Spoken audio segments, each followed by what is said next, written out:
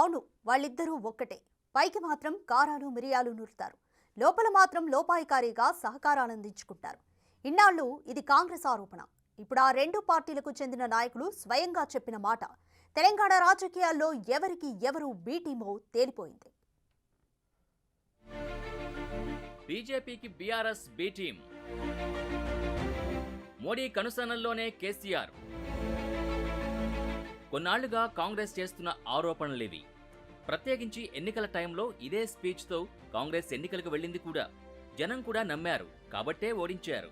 కానీ BRS BJP నాయకులు మాత్రం ఎదురుదాడి చేస్తుంటారు. సీన్ కట్ చేస్తే ఇప్పుడు ఈ ఆరోపణలకి బలం చేకూరుస్తున్నాయి పెద్దపల్లి ఎంపీ వెంకటేష్ నేత మాటలు. బీజేపీ బీఆర్ఎస్ మధ్య లోపాయికారి ఒప్పందం ఉందంటూ సూటిగా చెప్పారాయన.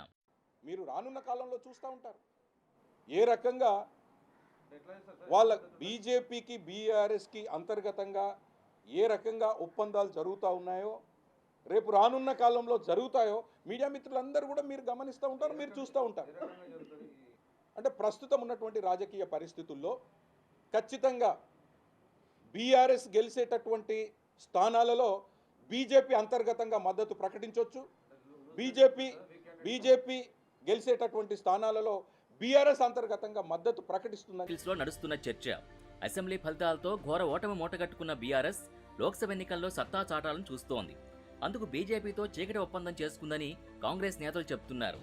అసెంబ్లీ ఎన్నికల్లోనూ పరస్పర అవగాహన జరిగిందని ఆయన స్టేట్మెంట్ని బట్టి అర్థం చేసుకోవచ్చు. ఈ కామెంట్స్ కి బలం చేకూరేలా మరొకరు మాట్లాడారు. బీజేపీపై ఘోరమైన విమర్శలు, ఆరోపణలు చేశారు మాజీ మంత్రి బాబు మోహన్. బీఆర్ఎస్ బీజేపీ నేతల నటన ముందు నేను ఓడిపోయానంటూ కాషాయ పార్టీకి గుడ్ బై చెప్పారు. ఎవరన్నా అడిగితే నేను చెప్పాల్సి వస్తుంది కనుక నేనే ప్రిపేర్ అయితే కరెక్ట్ అని చెప్పాలనుకున్నా. రాజీనామా చేస్తానని చెప్పిన బీజేపీలో నాకు ఎలాంటి సంబంధం లేదు. మెంబర్షిప్తో సహా అన్నిటిని కూడా నేను అన్నిటికీ రాజీనామా చేస్తున్నాను. తోడు పోవాలని చూశాను. బీజేపీ ఏ పార్టీ అయినా నా పార్టీ గెలవాలని చూస్తుంది, కానీ బీజేపీ ఓడిపోవాలి అని చూసే పార్టీని ఈ పార్టీనే చూస్తున్నాను, ఈ లీడర్లనే చూస్తున్నాను.